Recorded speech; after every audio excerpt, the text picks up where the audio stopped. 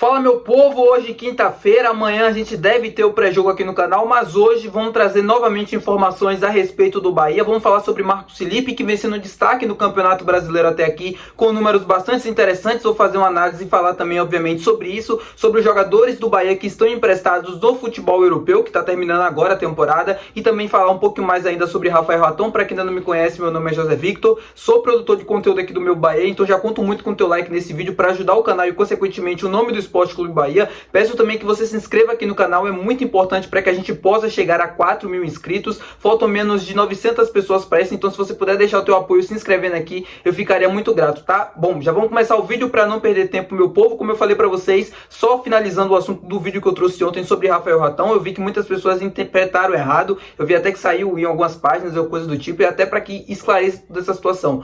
Sobre o Rafael Raton, eu falei sobre a pouca minutagem que ele vem tendo até aqui, falei que ele não vem sendo aproveitado, tudo isso é um dado, assim, é estatístico, é um fato. Ele tem 29 minutos em campo nos últimos 9 jogos e alertei sobre uma possível saída dele por conta disso, porque tá perdendo espaço, é um jogador caro, é um jogador que veio para atuar no futebol europeu e que não consegue ser titular, não consegue emendar uma sequência no Bahia há bastante tempo e agora piorou com esses últimos 9 jogos. Não especifiquei que o Raton estava saindo agora, no momento que a gente não pode contratar, até porque a janela não está aberta, também nem quis dizer que ele não possa ser negociado agora em julho ou no final do ano. Eu não deixei em aberto, mas deixei essa possibilidade justamente por Rogério Ceni já demonstrar pelas atitudes, né, em não colocar o jogador no campo, em dar poucos minutos, que não é uma opção, ou pelo menos o Rafael Raton é a última opção para o ataque do time, e isso pode contribuir para uma futura negociação ou para uma possível saída do clube, tendo em vista que o Rafael Raton ainda tem mercado no futebol europeu, porque ainda é um atleta jovem, não é tão velho assim, tem uma passagem marcante por lá e por diversos outros clubes de diversos outros países, e alertei sobre essa possibilidade, tá? Para esclarecer, para que fique muito bem claro o que eu quis dizer ontem. Vamos falar agora sobre os jogadores emprestados que estão lá no futebol europeu. A gente está falando de futebol europeu,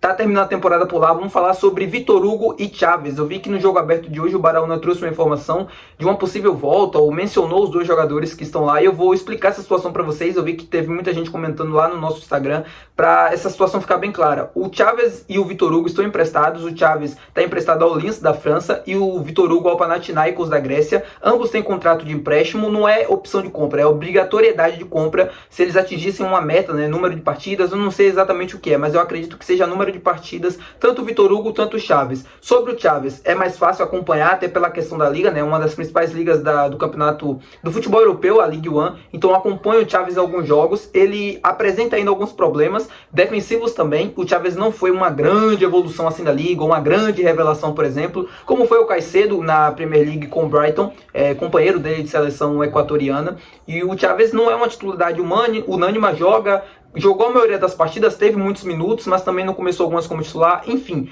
é um jogador que não se destacou tanto no futebol francês, mas adquiriu para mim uma experiência, uma minutagem importante para a carreira, até se ele pudesse voltar para o Bahia, coisa que eu não acredito que aconteça, mesmo que ele ainda não está perto de atingir essa meta, tá, em número de partidas, por isso que foi mencionado sobre essa possível volta. Mas mesmo que ele não consiga atingir, é muito difícil, praticamente quase impossível, que o Chaves volte a atuar aqui no Brasil e volte a atuar no Bahia. Lembrando que quando ele saiu daqui, ele, enfim, praticamente estava fechando as portas para o futebol brasileiro, futebol sul-americano, pelo menos naquele momento. Ele não conseguiu se adaptar até aqui, a língua foi um problema, isso foi externalizado, acho que pelo próprio Cadu Santoro, no programa que eu falei com vocês do Futebol SA. Ele relatou que o Chaves, não relatou diretamente, né, mas indiretamente, que o Chaves teve problemas na pré-eleição para entender o português, no convívio mesmo, ele teve momentos difíceis, principalmente com a torcida, e eu não acredito que o Chaves vá voltar ao Bahia nem tão cedo, praticamente já descartado. Eu sei que ele tem contrato com o clube, eu sei que o final do período dele de empréstimo terminando lá, ele, no caso, voltaria a ser jogador do Bahia, né, caso não aconteça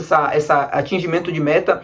Ele dificilmente deve ficar aqui, ele deve ser negociado, por mais que seja um lateral esquerdo, seja uma opção carente nesse momento. Eu acho que muito complicado e muito difícil o Chaves voltar a atuar com a camisa do Bahia. Eu diria que é praticamente impossível, mas não vou dizer impossível porque a gente sabe como é o futebol, principalmente o futebol brasileiro. E sobre o Vitor Hugo, não venho acompanhando tanto assim, né, como o Chaves, mas venho acompanhando alguns jogos, sempre olho nos dados estatísticos para ver as notas, as atuações dele, gols. Eu vi que ele marcou um gol recentemente também, lá no Panathinaikos da Grécia. Também não está perto de atingir a meta, então poderia ser uma opção para voltar para esse elenco. Eu acho até que seria até mais interessante do que o Chaves, e aí eu sei que você pode ficar muito bravo, eu sei que a grande maioria dos torcedores não gostam do Vitor Hugo, mas a gente só tem o Vitor Cuesta como zagueiro canhoto no elenco atual, e para mim, no meu caso, eu acho que seria interessante ter mais um além dele. não é um grande zagueiro assim. Ano passado mesmo ele teve problemas com o Renato Paiva, também com o Rogério Ceni, os dois discutiram. Ele acabou sendo titular na maioria das partidas do Campeonato Brasileiro, ele foi até o final.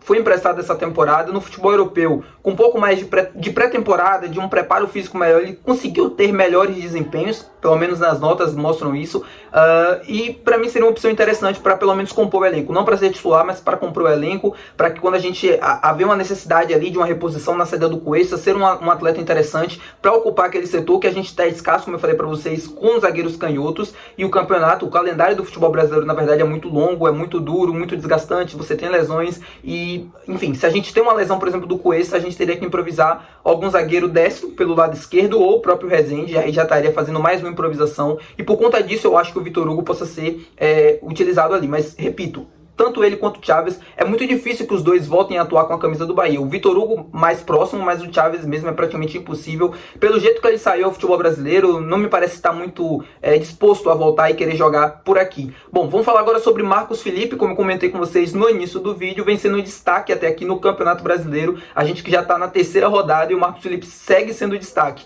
Eu vi que muita gente no Bavi criticou a atuação do Marcos Felipe, principalmente pelo segundo gol, e eu confesso também que fiquei com a sensação de uma falha dele ali no lance, mas eu não consigo culpar 100% o Marcos Felipe naquele lance. Eu acho que o Jean Lucas também poderia fazer algo para cabecear a bola, para tentar afastar ou coisa do tipo, mas esses números do Marcos Felipe, e aí eu vou colocar aqui na tela, se eu não me engano são 5 defesas difíceis já no campeonato e 10 defesas por jogo no Campeonato Brasileiro, mostra o quanto a defesa do Bahia continua sendo frágil e exposta. Um goleiro ter números como o Marcos Felipe vem tendo até aqui, mostra o quanto o Bahia ainda cede muitas finalizações ao seu adversário. O Marcos Felipe, eu acho que ele tem um problema, não sei, eu não entendo muito disso, e aí eu posso estar sendo totalmente leigo no que eu estou falando, mas eu tenho a sensação que muitas defesas, às vezes, por exemplo, no Bavi, eram defesas defensáveis, ele poderia pegar a bola, segurar e não dar o escanteio, não dar o rebote, mas muitas das vezes ele acaba espalmando para o lado, acaba espalmando para escanteio, bolas aparentemente fáceis, eu posso estar sendo totalmente leigo, tá?